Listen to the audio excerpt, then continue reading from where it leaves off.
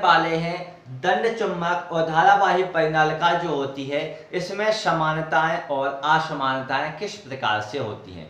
तो सबसे पहले आपने पढ़ा दंड चुंबक के बारे में। तो यहाँ पे आपको मैं क्लियर कर दूं कि जो क्षण चुंबक होती है उसी को हम दंड चुंबक कहते हैं। और जब क्षण चुंबक को आप देखते हैं तो इसमें दो ध्रुव होते हैं।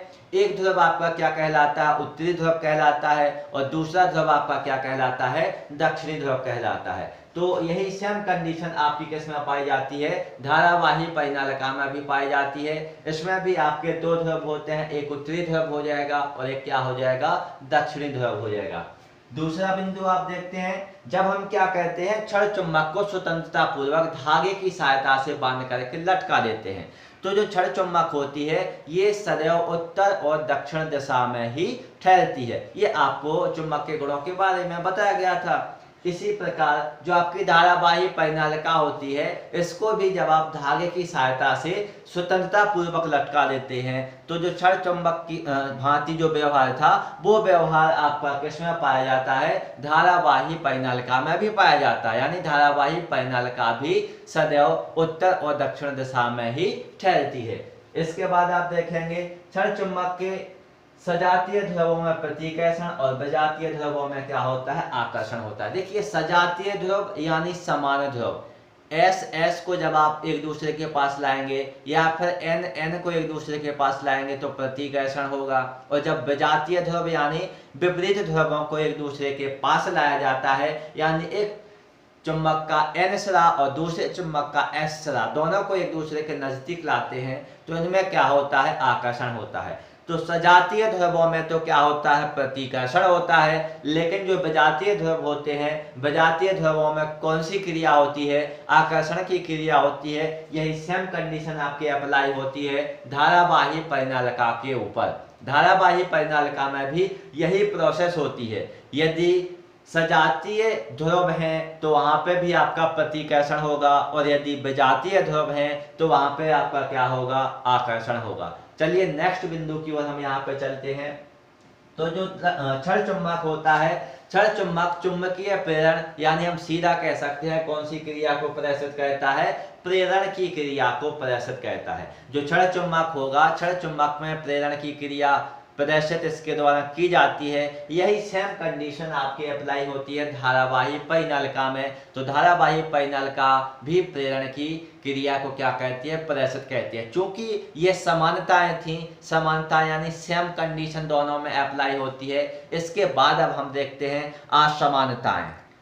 ये रही आपके सामने क्षण चुंबक और धारावाही परिनालिका में असमानताएं। असमानताओं का मीन्स क्या होता है, विपरीत गुण पाए जाते हैं जिन्हें अभी तक आप अंतर के अकॉर्डिंग पढ़ते आ रहे हैं, जिन्हें हम अंतर कहते हैं। तो आइए क्षण चुंबक में सबसे पहले आप देखेंगे इसके सिरों पर चुंबकत्व का मान अधिकतम होता है, और जो मध्य वाला जो बिंदु होता है, मध्य में चुंबकत्व का जो मान होता है जो वो कैसा हो जाएगा, कम हो जाएगा। अब आप इस चीज को थोड़ा अच्छे से क्लियरफाई कर लें कि जो क्षण चुंबक होगा, क्षण चुंबक के दोनों सिरे जो रहेंगे, दोनों सिरों पर चुंबकत्व का मान कैसा होगा, अधिकतम होगा। लेकिन क्षण चुंबक का जो मध्य बिंदु वाला जो पार्ट होता है वहां पर चुंबकत्व का मान कैसा होता है, न्यूनतम होता है यानी कम होता है। अब इसके विपरीत क्रिया कहां पे पाई जाती है, आपकी धारावाही परिनालिका में पाई जाती है। धारावाही परिनालिका, इसके भीतर प्रत्येक बिंदु पर चुंबकत्व का मान कैसा होता है, एक समान। देखिए जो धारावाही परिनालिका होती है, धारावाही परिनालिका के आप किसी भी बिंदु को यदि देखते हैं तो वहां पर जो चुंबकत्व का जो मान होता है वो कैसा होता है, एक समान होता है। केवल सिरों के समीप यानी सिरों पर यदि आप देखें तो सिरों के समीप केवल चुंबकत्व का मान थोड़ा सा कम हो जाता है। वैसे तो संपूर्ण धारावाही परिनालिका में चुंबकत्व का मान समान होता है, किंतु इसके जो सिरे होते हैं, सिरों पर चुंबकत्व का मान थोड़ा सा कैसा हो जाता है, कम हो जाता है। अब देखते हैं हम अगला बिंदु। तो जो क्षण चुंबक होता है, दंड चुंबक होता है, इसके सिरों की जो ध्रुवता होती है ये कैसी होती है, नियत होती है, ध्रुवता नियत होती है। कहने का आशय हमारा ये हो जाएगा कि जो क्षण चुंबक है, क्षण चुंबक के दोनों ध्रुव कैसे होते हैं, नियत होते हैं। लेकिन ऐसा धारावाही परिनालिका में नहीं होता है। क्यों नहीं होता है? इसके स्वरों की ध्रुवता धारा प्रवाह की दिशा के ऊपर डिपेंड करती है। आप जैसे ही परिनालिका में धारा प्रवाह की दिशा को बदल देते हैं तो जो ध्रुव होते हैं, ध्रुव भी आपस में चेंज हो जाते हैं। यानी जो आपकी धारावाही परिनालिका होती है वो 180 डिग्री से रोटेट हो जाती है। 180 डिग्री से कैसी हो जाती है? घूम जाती है। तो यहाँ पे तो क्षण चुंबक में जो सिरे होते हैं उनकी जो ध्रुवता होती है, ध्रुवता कैसी होती है? नियत होती है। परंतु जो धारावाही परिनालिका होती है उसके सिरों की जो ध्रुवता होती है वो किसके ऊपर डिपेंडेबल होती है? ये आपकी डिपेंडेबल होती है